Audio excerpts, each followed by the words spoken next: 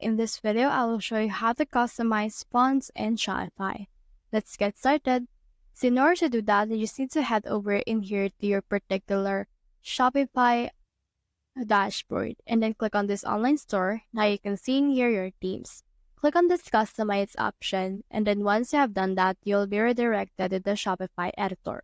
Now, as you can see, I have this particular thing right here. So I can edit out almost a lot of few things that you can also be able to change in this collection. But what you can see as well is I have this particular thing or font we have right here. So this font right here uses few more things. So if you want to customize or change it up, what you can do is you can click on this second icon, which is the theme settings. And then you can see in here the option for typography.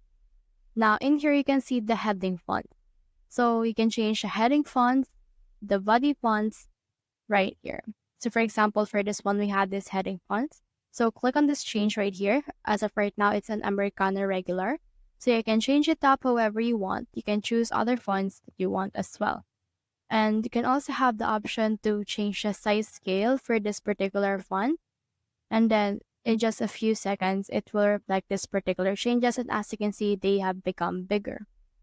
Now you can also change in here the body font for this. So the body font is just like this one. So for example, let's change it and do this a real fat base and click on select.